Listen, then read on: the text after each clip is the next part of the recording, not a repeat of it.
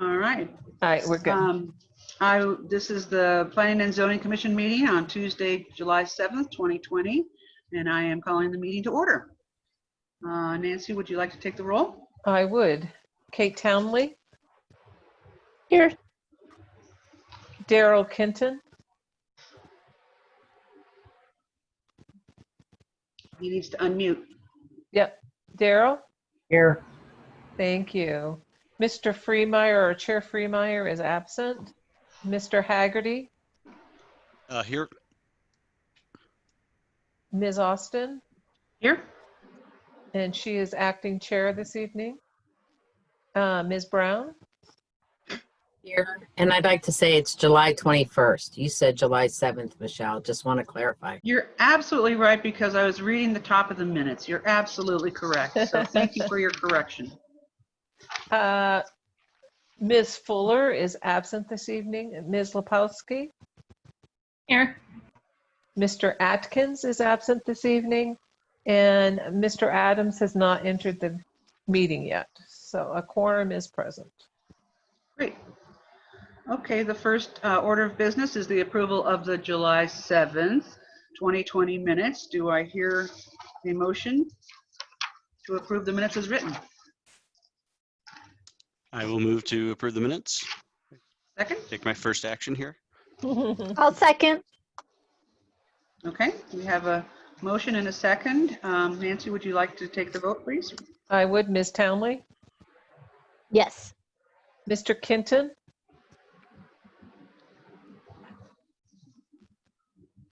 Yes. Ms. Brown. Yes. I'm sorry, I couldn't hear you, Judy. Yes.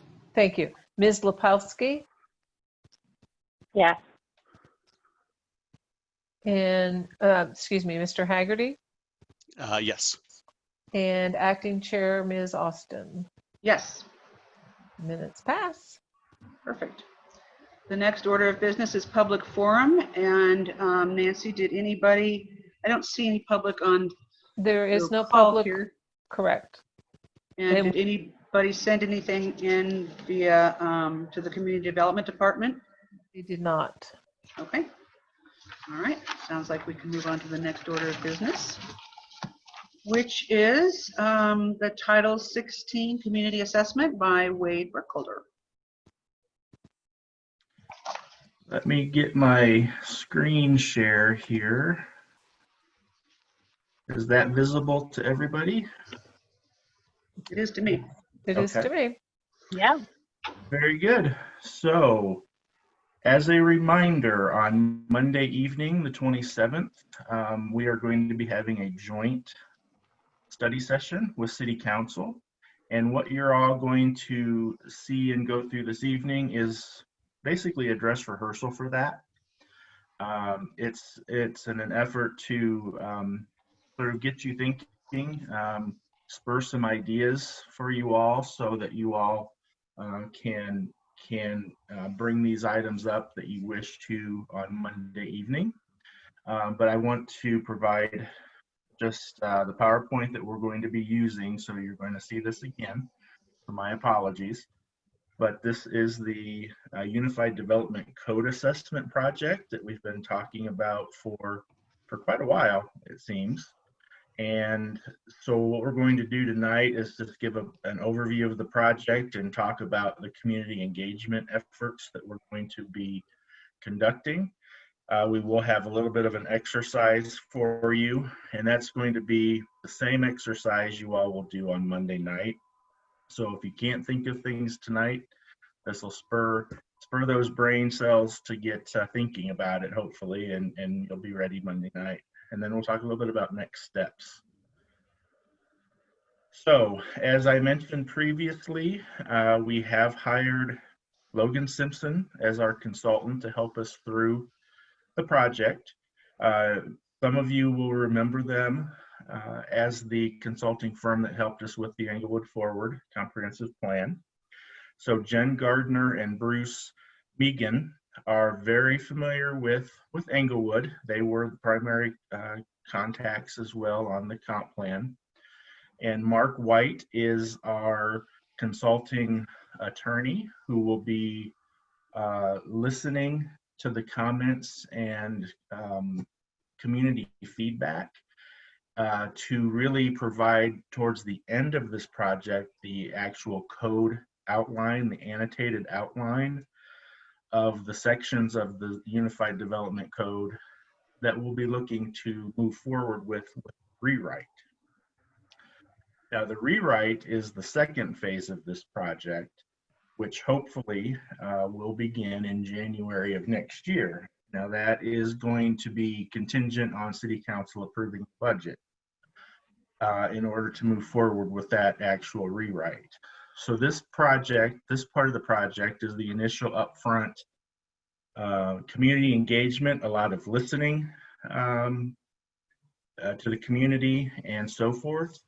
The real primary need for this assessment is to ensure that Englewood's core policy documents, such as the comprehensive plan, the walk and wheel plan, the Broadway corridor study that the ULI did a few years back, and the land use regulations are really step in step with one another. They complement one another.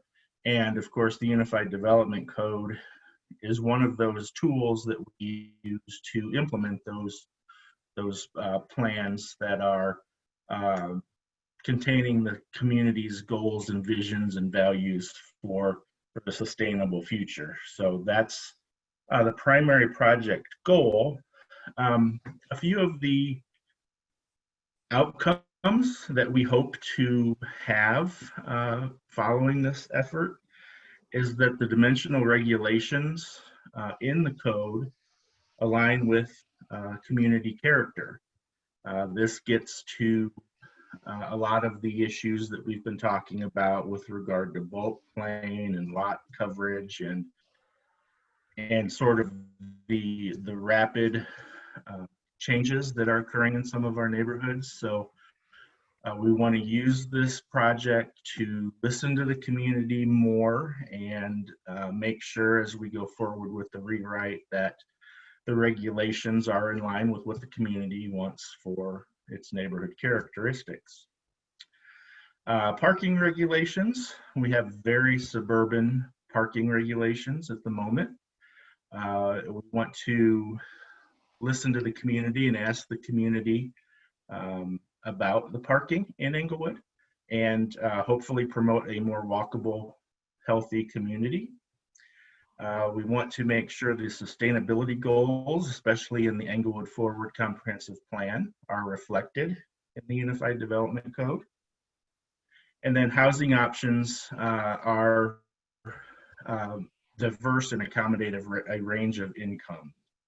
We want to look towards codes that are helpful to spur some lower income housing, more moderately affordable housing, and create that range. A lot of people talk about the missing middle, so we want to target that missing middle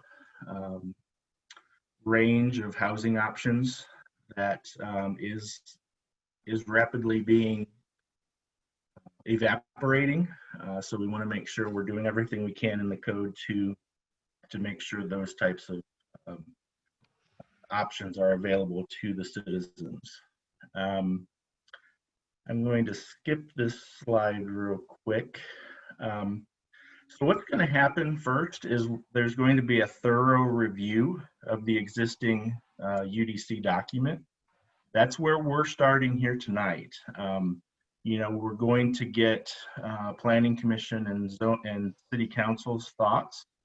There has been some initial discussion with the consultant and staff as to what staff is seeing in terms of things we can change and need clarification and vetting in the code. We're going to do a review of recent development applications to see what trends are out there as applicants and citizens are coming through and working their way through the community development and the building department processes. We're going to review the Englewood Forward, the ULI Healthy Corridors plan, next step study, and other policy documents for relevant goals. And the real outcome, the final result of this will be a review matrix where we take the zoning code, the Unified Development Code, and basically bullet each section of the code for what was heard. So if, for example, we want to look at bulk plane, so that section of the code will be bulleted, and that is indicating that when we start the rewrite, that's a section we're going to have to pay particular attention to, and that bullet will also correspond to other areas of the code that might be affected by a change in bulk plane. So it's really laying a solid groundwork, framework for moving forward with the actual rewrite of the code. So our community engagement, as you know, in the time of COVID and virtual engagement techniques, it's a little more difficult. However, we are fully prepared to move forward with focus groups of talking with developers, talking with past applicants, staff, also talking to you all, City Council, to make sure we're meeting your objectives of this project. We will have at least one virtual town hall kickoff event, and some of you may be aware and familiar that the city is doing a town hall, a virtual town hall tomorrow evening on community policing. So it's going to be in that format, that style, to where people can log in, ask questions either in real time or send in comments and questions in a chat room, and have real dialogue with city staff and consultants and others for that matter. We will engage through social media in an extensive way. That's our city website, but it's also next door. It's also online questionnaires and quick polls to try to get people engaged. And the real effort and the real goal here is to reach all the community areas that we can.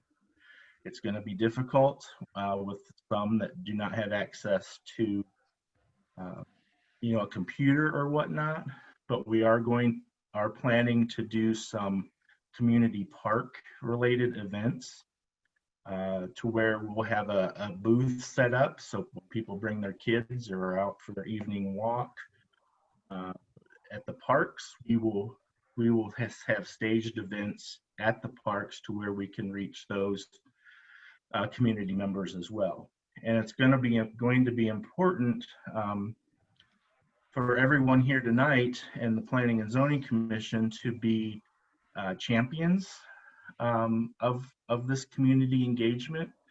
So word of mouth is going to be critical here as well. So if you talk to your neighbors or friends and say, hey, the city's doing this online poll, could you take a few minutes and fill that out? So it's going to have to be spread by word of mouth somewhat. We're going to be virtual with town halls, TED Talk type meetings, and then we're going to do some of the on-site type events, as I mentioned.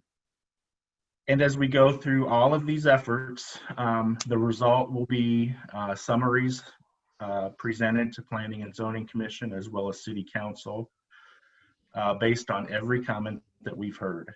Logan Simpson, one of the reasons that we really like them and actually went under contract with them is they have an extensive tracking system where they will track and monitor all the comments. So it's something, again, that we feel is the most critical part of this, is really reaching as many citizens and as many demographics in the community as we can. So that tracking system was really beneficial and something we really liked.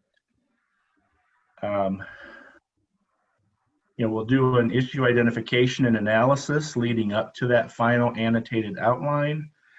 synthesizing the information we hear from the community, develop the report of findings, and then the annotated outline of recommended changes to the Unified Development Code. And then the final product will be the final report and annotated outline, which will come before you and the City Council as well.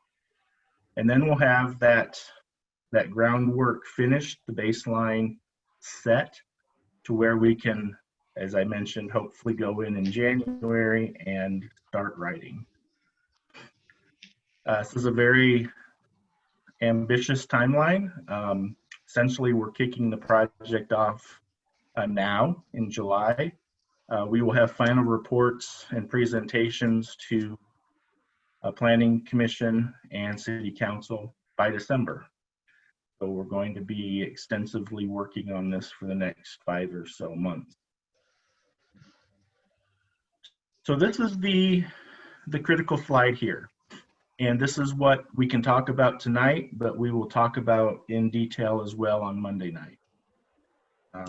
What is working well with the existing code? What is not working well with the existing code?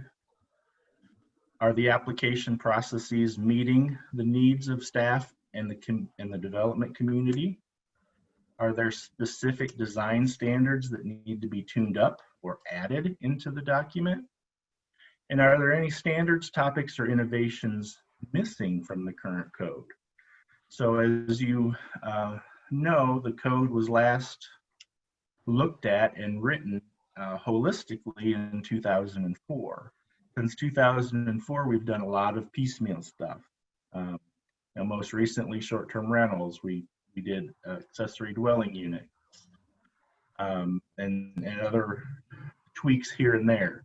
So this is our chance to really bring our code up to, I'm going to use the word modernize it, modernize the code, bring it up to, more of what's happening in today's market, today's Englewood, and hopefully have a code that continues to serve us well for the next 5-10 years without having to do all of this piecemeal work. So I would ask us tonight to, if we could, take a look at each one of these questions. Again, it's up to you all if you want to get really into the details of these, but I was thinking, this is what's going to come your way Monday night. So if you want to look at these questions and ponder and think, that is absolutely acceptable as well. So we can have the full discussion with council Monday evening. But I'll just go ahead and finish out the presentation. As I mentioned, our next steps after the kickoff will be the document review. A steering committee is in the process of being formed right now as well, of a maximum of 8 persons, just to sort of, again, be champions for the project, to get the word out, to help us with the community engagement, to really be the champions and the arms, if you will, into the community, in addition to you all staff. And then the public outreach kickoff will happen mid to late August with our first event. And that wraps up the presentation. So I went back to sort of our list of questions. I did provide you in the staff memo for this evening a brainstorm of staff's comments of some of the chapters in the Unified Development Code and where we see some critical things we need to address. So that's the sort of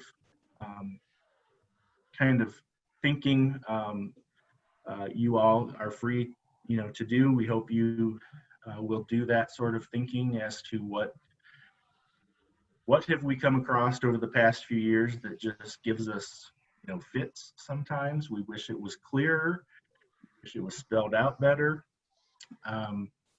You know, and in talking about the third bullet, are the application processes serving staff in the development community.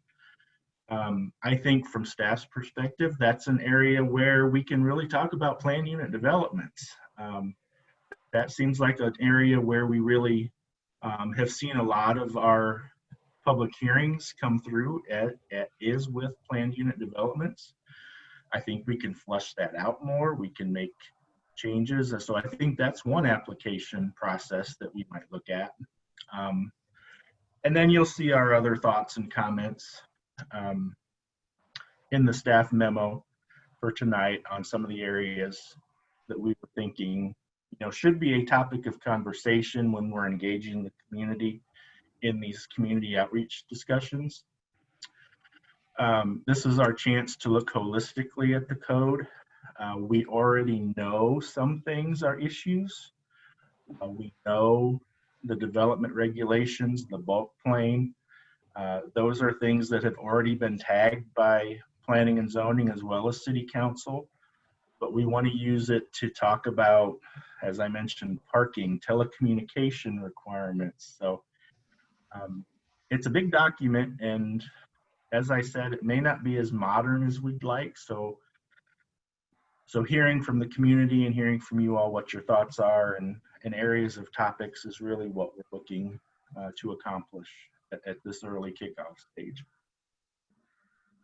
So I'm happy to answer any questions. Thank you, Wade, for that presentation. And thank you for these comments from staff. I think that they're somewhat specific, and that's a good place for us to start and look at things. So I appreciate it very much. Sure. Colin, I think I saw your hand up. Yeah, I did have a couple questions. I'm happy to start getting the ball rolling unless anybody else, or are there any other discussions that you wanted to have? Okay. I'm good. I was curious, are these your comments or are these Logan Simpson's comments on kind of all these different sections that have been noted, or staff comments, I guess? These are staff comments. Okay. Myself and Brooke Bell is online tonight as well. So he had walked through the code, and I also walked through the code and jotted down these comments. Just at quick glance, obviously there might be things we're missing, but these are our staff comments. Okay. That I wanted to clarify. The one that kind of caught me off was on chapter 2, the need a more defined process for planning and zoning commission interpretations. I wanted to see if that was coming from you. Yes. Okay. Yep. Yeah. Great. I do have maybe a comment maybe to start with. I know a lot of cities around the area are looking at smart cities kind of, and I think that's where you're going to with the parking side of things and maybe the telecommunication side of things. Right. I'm sure Logan Simpson does some of that type of mentoring or guidance for those types of things. Have you guys had any conversations about how that might look as part of this? We have had a conversation about the smart city sort of general area. We haven't gotten into details about any of that. Jennifer Gardner is a sustainability expert. She's a landscape architect. So she has a really strong background in sort of, that arena. Also our comprehensive plan has a lot of good policies in regard to walkability and so forth. So it's something that will be definitely, I think, enhanced at the end of this process, are those concepts, especially since we have such good guiding documents already guiding us along the way. Other comments? I can't see everybody on my screen, so just go ahead and pipe up if you have something else to ask. I do. This is Diane. Sort of to tag on to what Colin was asking is, I'm curious, are there going to be maybe surveys of adjacent community codes to, even if it's more from the perspective of what's working in other communities or what's sort of commonly going into other adjacent communities. I'm thinking particularly Denver and Aurora and things like that. I know I've been on panels kind of post-reviewing the new UDO for Aurora, and I know that they had a lot of issues with it. And so they had a lot of consultants come on and talk with another consultant organization to figure out what is working, what isn't working. I think a lot of the comments are more on this like third item, what are the application processes that aren't working? But I'm curious if that's kind of part of the thinking.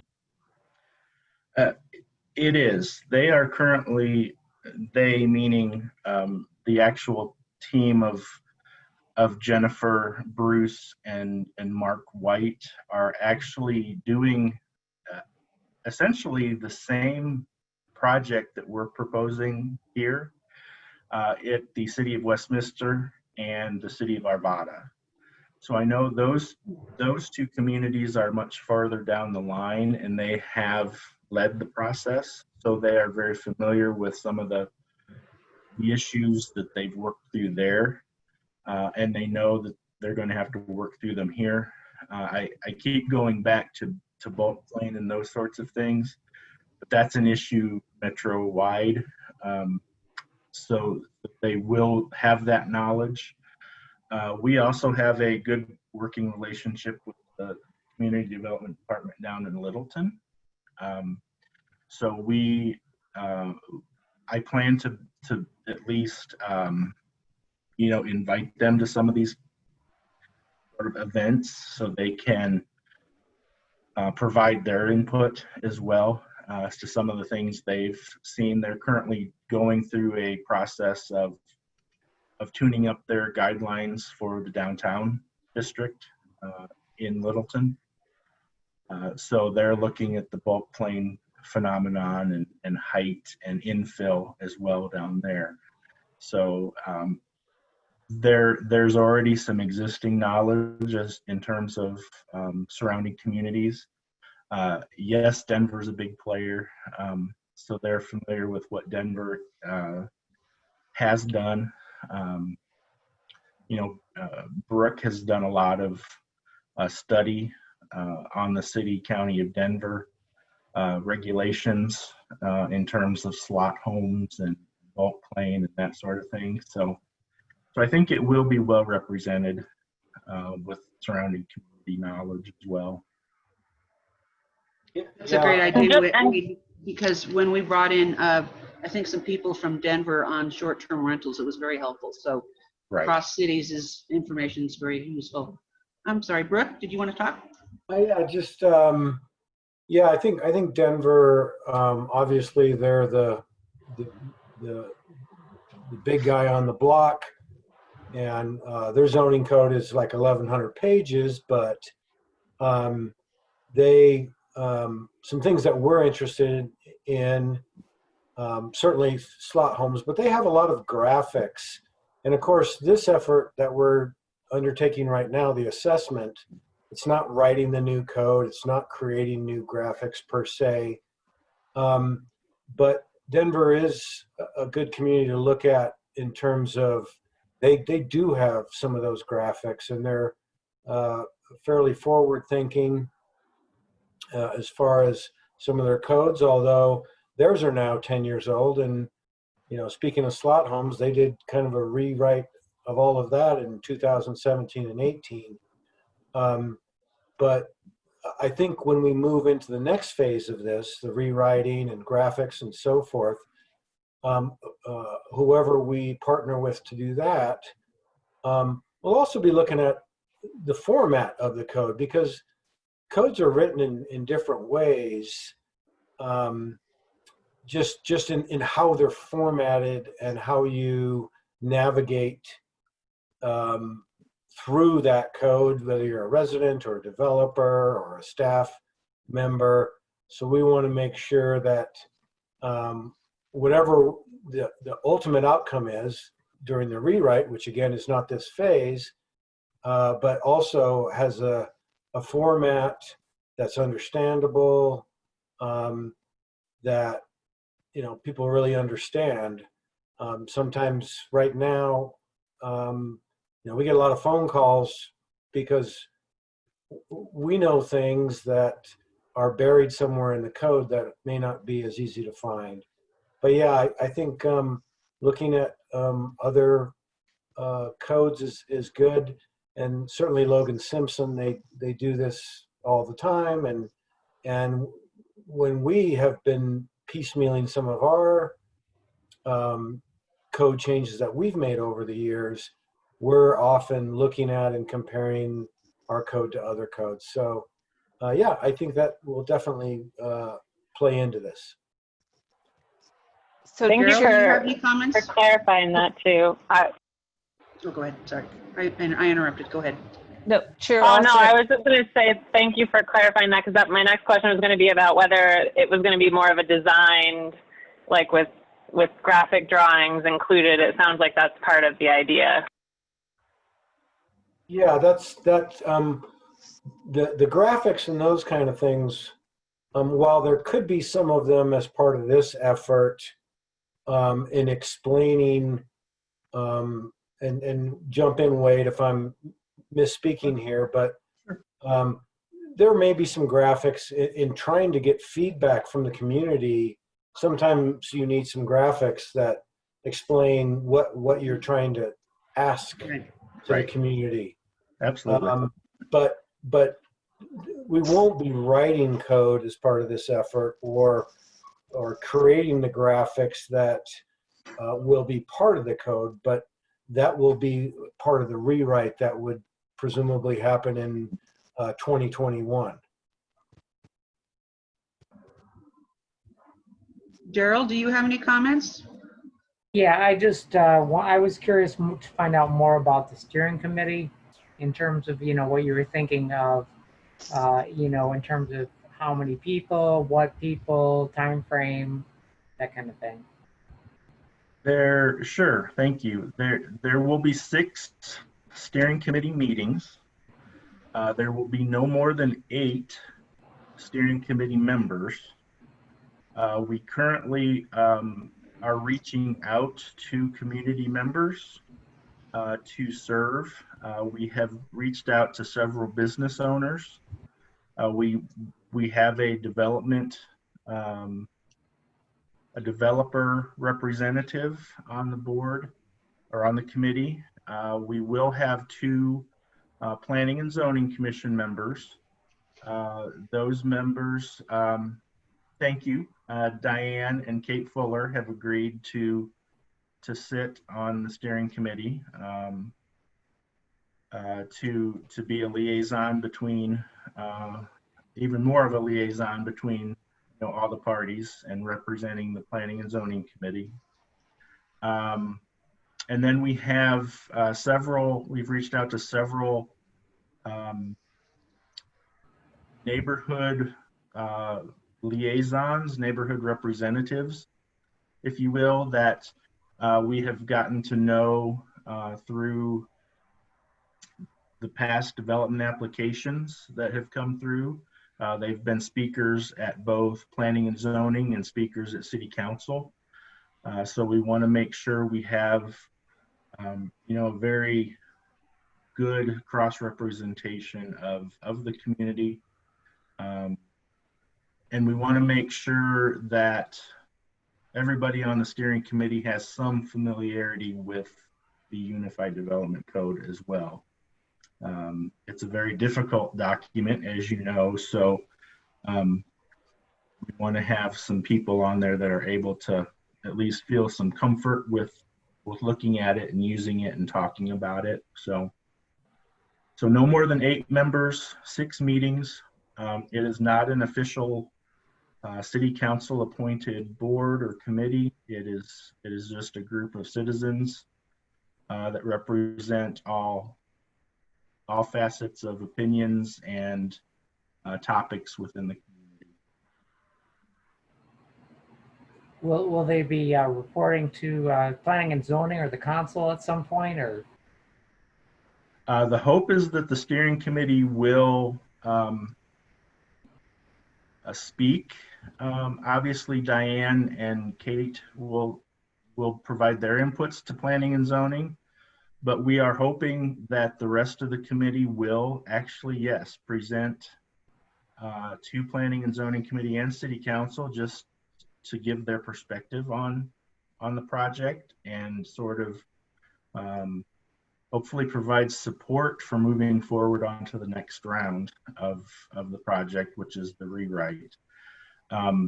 They have no official reporting duties. They'll just be working with city staff and Logan Simpson just to try to, again, help us reach as many corners of the community as we can. And there'll be a second steering committee once we get to the actual rewriting part, the more technical part of this whole overall project. But at this phase, we're looking at this group to just really help us reach the community and provide guidance as to what we're all hearing. Yeah, well, please, pass along more information about, other, specific community members that you're looking for or types, and I'll be happy to. Okay. Yeah. I'll do that tomorrow. All right, thanks. Because we could use a few more people. Judy, do you have any comments or questions? Kate Townley. I have some. You always do. No, sorry. That's fine. I guess one question would be, how will these questions be addressed with City Council? Is this something where we're chatting in responses, where people are just kind of free flow throwing out ideas, or would they be some sort of breakout session exercise? No, there will not be breakout exercises. We will very specifically work down this list. So we will ask what's working well in your experience with the existing code. Then we will go around the room and essentially hear from everybody that has comments. That may lead to additional discussion, it may not.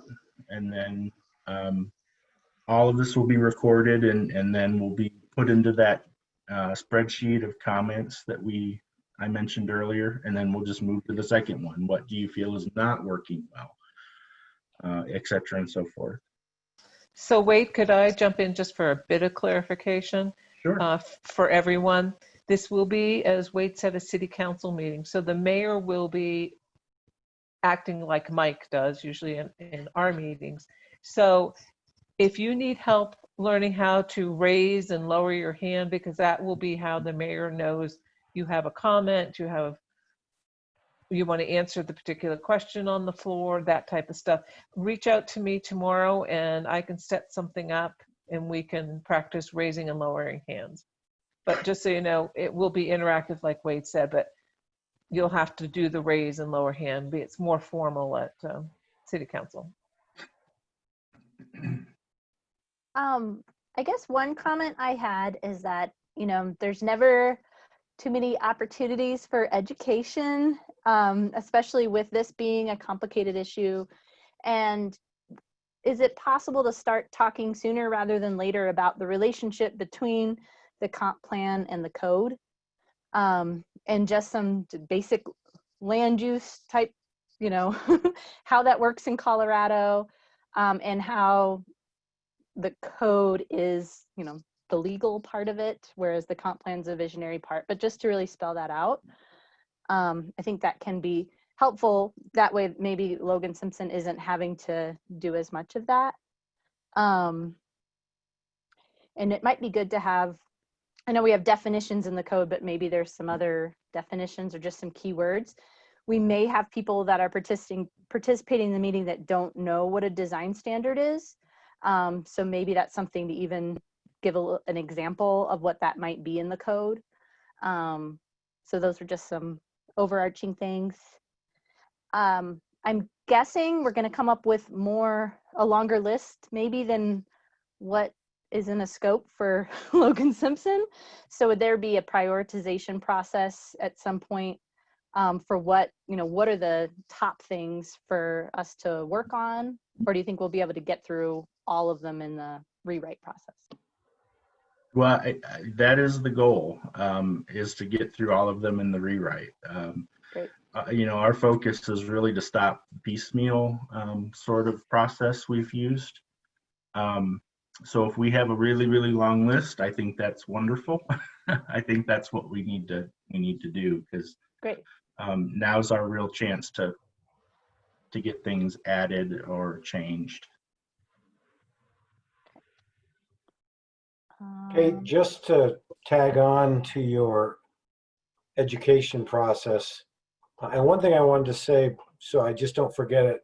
Wade, I don't know if you or Nancy can send out either this PowerPoint or the list of questions to the Planning Commission, just so they can have it this week, of at least these 5 questions. Sorry to interrupt, it should be in their packet. It's not in the packet for tonight. It's in council's packet. It's in council's packet. I will, thank you. But the other thing, and maybe this is premature, but just kind of I guess a homework assignment for this week is I think everyone gets a Title 16, Unified Development Code when they join the commission. And, we all pull it out once in a while when we're looking at a specific code amendment or something. But to just kind of pull that out and familiarize yourself with the different chapters, just kind of where they're at and what they're titled. There's probably some that, much of the commission isn't even aware of, like, nonconformities and how those are handled. But taking it just a step further, to just pretend like you were a resident who wanted to build a house or start a business and open up the code and pretend like you wanted to do that, and what would be allowed and what would not be allowed, and how would I find the parameters under which I could build a house, and that it'd just be a good exercise to kind of dive in lightly to the code and kind of see what it looks like, how confusing or not confusing it is. So that's all I had to say about that. Carl, do you have any comments or questions?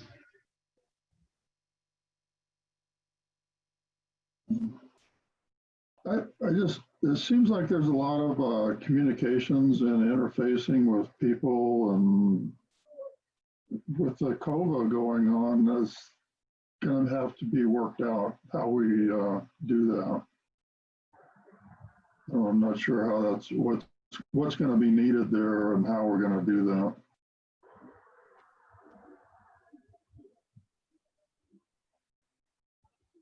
Wade, do you have anything to say to help Carl with that issue? It is a recognized concern. It's something we're going to have to make sure we are very diligent about, providing written options for those that can't have access to computers and so forth. So, these virtual meetings and focus groups are going to be happening in this type of format. So that's where, again, I go back to that spreadsheet for tracking comment. That's why we really liked Logan Simpson, is because they have a very tried and tested formula that they use to track comments and track and keep demographic information to what's been done. You know, we may have to provide written forms to the Malley Center, for example, so we can make sure that we're reaching that demographic and providing. I don't know whether schools are going to be operating or in what format right now, but partnering potentially with schools to get flyers or information provided to them so they can send it home to their families, their parents. So we're going to have to really be on top of it. So it is definitely a recognized concern. But we feel that with Logan Simpson and their experience and the methods and opportunities for virtual meetings, we feel we can be successful moving forward with this type of project this time. So I hope that answers your question. I don't know if it did or not, but we will definitely stay in touch with it. It's going to have to be done, you know, a step at a time. And another thing I was wondering was people that come in for building code permits, would there be some kind of a questionnaire that could be given to them on what they were looking for as to codes that, how they're going to build whatever they're working on?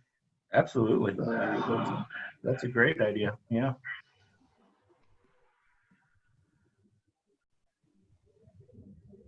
Diane, you raised your hand. Oh, I'm sorry, Carl, do you have any other questions or issues? No, that's fine. Thank you.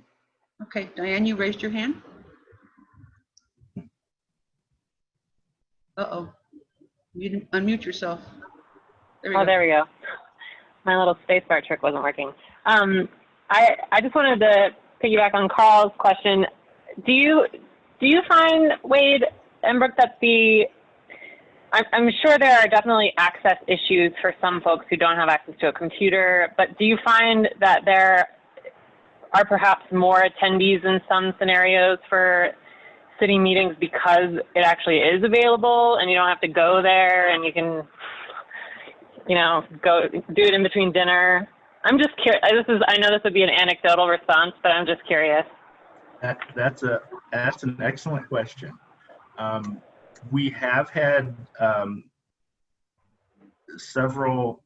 we've had one neighborhood meeting for an upcoming planned unit development application. Planned unit developments are required to have neighborhood meetings prior to the public hearing. So we had one of those at the beginning of June. And there were almost 20 people attending that virtual meeting. And I can tell you that in the past, when we met in person, we were lucky to get 5. So I do think, I strongly feel that it is a benefit in certain situations to have things virtually, because exactly, you can be home, you can do what you need to do at home while you're waiting for your topic or whatever, and so I do think, yes, that is a benefit in some situations. And if I could also interject, I watch the city council meetings and the public comment section appears to be increasing as well. There were over 40 people signed up to speak last night. So Wow. it does appear to, as Wade said, in some cases, cause people to participate more, because as Diane said, they can do it from the luxury of their home or office or wherever. And again, anecdotally, we have been given the green light to hold virtual public hearings now. So things like, we do have a Board of Adjustment and Appeals variance case coming up in August, whereas before the decision was you could not hold public hearings virtually due to due process concerns. But the city has come up with a way to do that. So I think we're starting to, we're learning and we're learning what we can and can't do in this format. So I think we're getting there with things. We're getting better. Any other comments or questions from the commissioners? Just one thing, not to take away from the fact that we had great citizen engagement. I do want to clarify that was for off-leash dog parks. So I don't think we should expect 40 people. Just an aside. I just had I think this is going to be a fascinating process to watch and observe and participate in.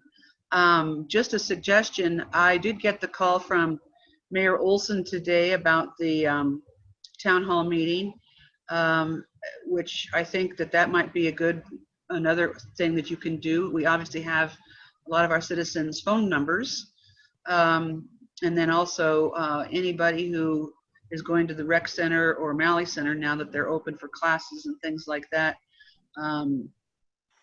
That's another venue where if it's possible to maybe even walk around when they're, I haven't been to the rec center, so I'm not really sure how many classes and things they have, because there's of course limits on how many people in a building. But if possible, to just walk into these classes and just say, hey, this is important, pay attention, and hand out a flyer or something like that. I'm not sure if flyers posted on the walls are all that effective, but they sure can't hurt. So. Right. Yep. Okay, are there any other things on this? Oh, Daryl, you had your hand up.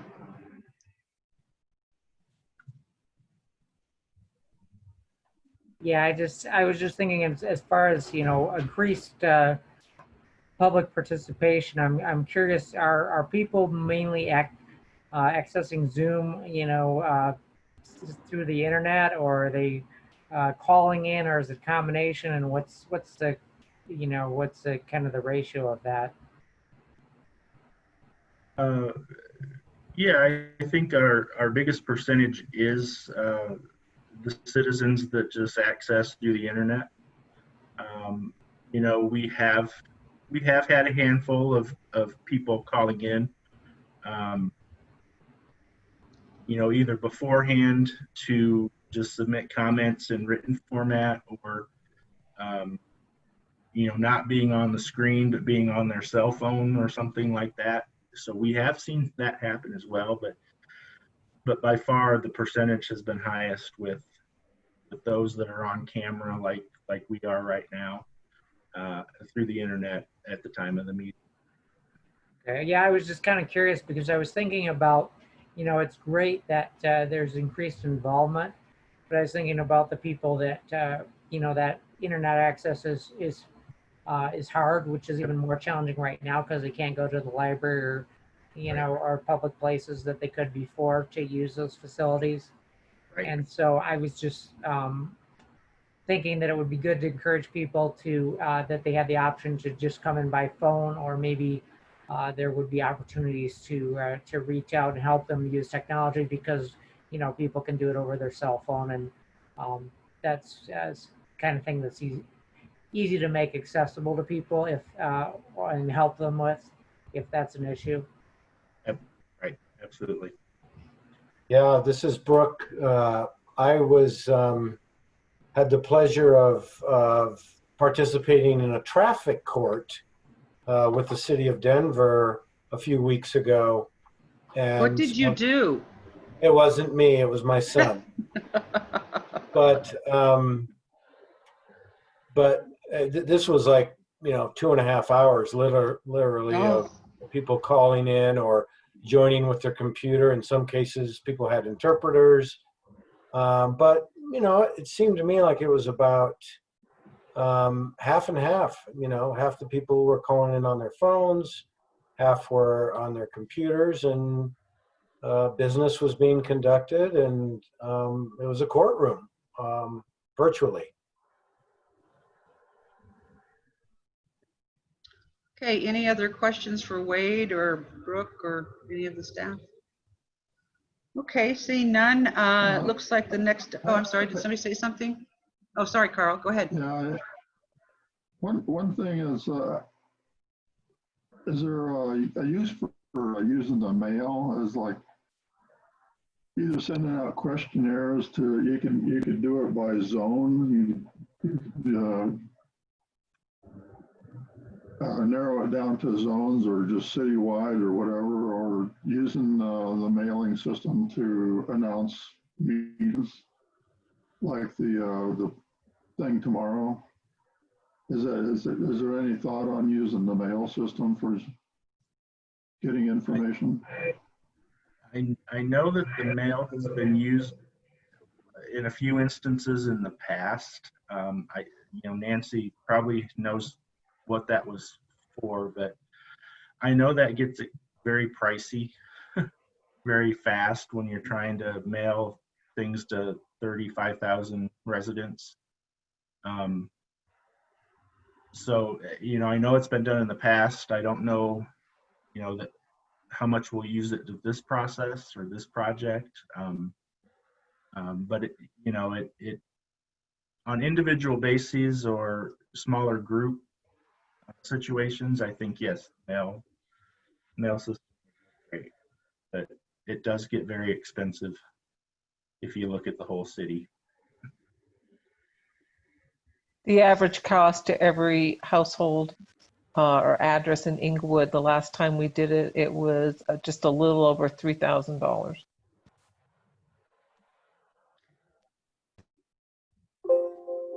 Actually, Colin? one more follow-up question, kind of triggered by that last part of the conversation. How many applications do you guys usually get? I don't know, either a year, a month, or I don't know how you guys would normally track that. And then I guess, is there a way for, as you're getting these applications in, to have a form to have them fill out to ask their input, what does Yep. work, what doesn't work? Definitely, there is the opportunity to do that in terms of submitting applications. Number of applications a year, it just depends on the type of application.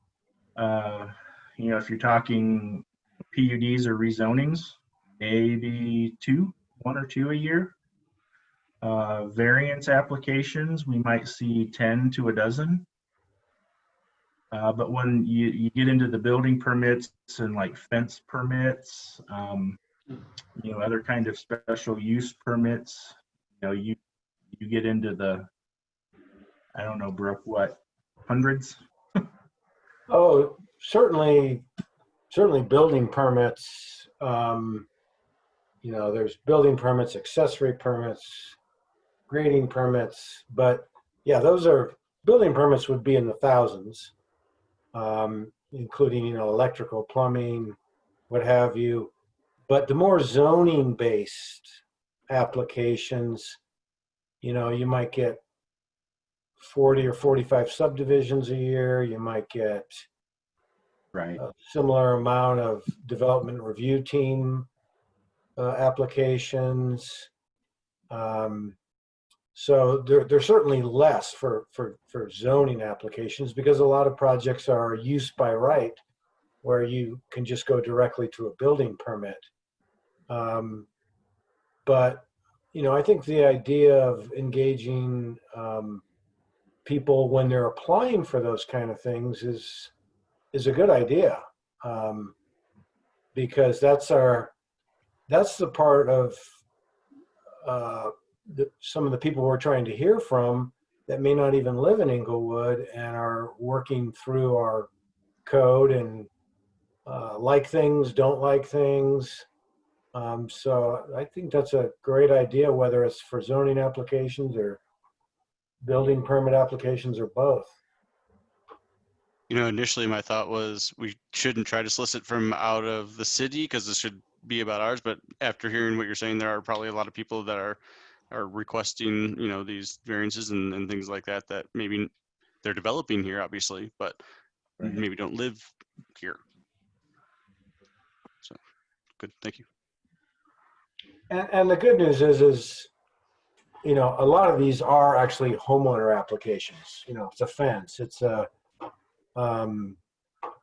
so a lot of them are, or business owners within the community who are, you know, wanting to apply for a use permit or something. So I think we'll get a little bit of both, and that could be a helpful process. You know, I think the other thing about mailing, you know, mailing can be great, but even when we make actual changes to the code, when we do the rewrite, you know, typically it's published in the paper, it's on the website, but there's not necessarily a citywide mailing, you know, to do some minor revision of the code. I think the other part of this that I think is good is this is an assessment of the existing code, and we hope to take everything we hear and not only to focus on what needs to be changed or not changed, but when we do the rewrite, it will be, you know, a formal process through the Planning and Zoning Commission, through City Council. So just because there's a trend towards some type of change in a code, maybe some sort of trend that we're hearing from the community, doesn't mean that it's gospel. You know, it will still have to go through a formal rewrite and get additionally vetted and commented on. Well, and there's always having articles in the Englewood Citizen too. Mhm. So. Okay, are we ready to move on to staff's choice?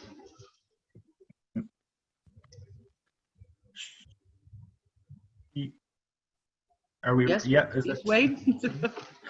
Sorry. Yeah, I don't have anything else. I just want to remind everybody that you all will receive a separate email invite to the meeting Monday night. So just like you did for tonight, it'll be a separate invite from the city to join that meeting. So, and it does start at 6 p.m., not 7. So I don't know where we are on the agenda yet, but it does start at 6. Other than that, I don't have anything specific. Because we are meeting on Monday night, the 27th, our August 4th regular meeting will be canceled. Okay, good to know. So, Brooke, do you have anything that's all else? for me. I do not have anything else. Nancy? I would just follow up on what Wade was saying. Even though the August 4th meeting is going to be canceled, we will be sending out an update memo. So you can be looking forward to that. Dugan, it looks like we're up. You're the next one up here. Attorney's choice. Well, like all the other prior weeks, I have nothing to provide to the board.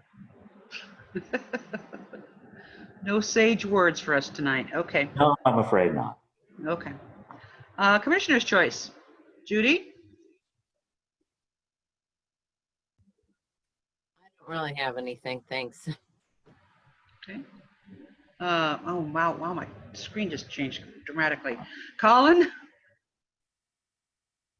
Actually, I do have a topic that I want to at least start a conversation on, and I think it's probably going to take more than today. I'll go quickly through my notes, but I have an item that I definitely just want to talk through and get your all opinions on. Kind of wrote down a few notes, make sure I hit the high points and don't go too far off on the tangent, but I think that we need to consider changing the name of our downtown planning documents from the Downtown Matters to another title. I fully understand this process was started a year ago and surveys we had earlier this year. I feel the current name could really be a distraction from what the end goal of this process is. And, you know, I know we're living in an environment where social justice is at the forefront of our thoughts and everyone's thoughts, and it's a significant emphasis on the Black Lives Matter movement. This isn't, you know, a new movement by any stretch. I mean, it goes back to 2013, but it's obviously had a lot of momentum since May of this year. I'm not trying to take any sort of political stance or or anything like that. But when I first opened the documents, which is the Englewood Downtown Plan, Downtown Matters, it immediately went to the movement. And we've got an incredible framework for this downtown redevelopment, and I don't want to become a distraction over a controversy over a name that was developed before we got into this current political environment. I believe we can keep the name Downtown or Englewood Downtown Plan, or go with some other sort of a name like Englewood Live or Englewood Alive or any other sort of option. I just wanted the document to be a path forward and not a distraction that could be considered insensitive to some of the current things that are going on right now. It's a very good point. Who created the name? Not that we need to pin, on any particular person, but it was, how did that whole group get the name Downtown Matters? I think the best, go ahead, Wade. I was just going to say, I believe that was the group of consultants that were put together to draft that plan. Is that right? I could be wrong though, Nancy. Is that your understanding? That's correct. And I don't know if Dugan wants to chime in on this, but we have to be very careful at this point because we can't add an agenda item. So we're off, absolutely right. We're off agenda, but I would say that, yes, Wade is correct. The consultants, along with our Chief Redevelopment Officer, Dan Paremba, worked on that. And I believe there is, Wade, help me out. There is a marketing/PR firm. And so it was all part of that. Colin, I can send you Dan's email. Okay. And I'm sure he would love to hear what you have to say. Perhaps you could set up a time to meet with him. Does that work? Would be, and I'm honestly, my first thought, and I meant to say this initially, was maybe it's setting an agenda item if we need to, or if I can just talk to Dan, that's fine. I don't think anybody really has any, intentions of being insensitive or discounting anything going on. So I just wanted to make sure I noted that in some way and figured this was the best place to at least start the If you wish to have it brought up at a future, excuse me, I can't speak. If you would like to have it brought up at a future Planning and Zoning Commission meeting, please reach out to Wade and Chair Freemeyer, and if there's consensus from the council, from the commission, that certainly can be added. But to start out with, let me send you Dan Paremba's contact information, and the two of you connect, and I know Dan would more than be happy to meet with you. Great. I wasn't sure if I had to go through the council to do that, or if I can. Nope, you're good. Great, thank you. Interesting point. Thank you very much, Colin. Kate, do you have anything? I don't have anything. Colin, thanks for bringing that up. So. Diane? I have nothing to add. Okay. Carl? Nothing now. Daryl? I would just say that I think, I'm very encouraged by that we're going to be finally getting together with council and, some changes that are, potential changes going forward. But that's it for me. Okay. Nancy, do we need a motion? I have no further comments. Do we need a motion to adjourn? We do not. Well, without further comment, this meeting has adjourned. Thank you all for coming. Thank you. Nice Thank job. you all. Thank you. Bye. Bye.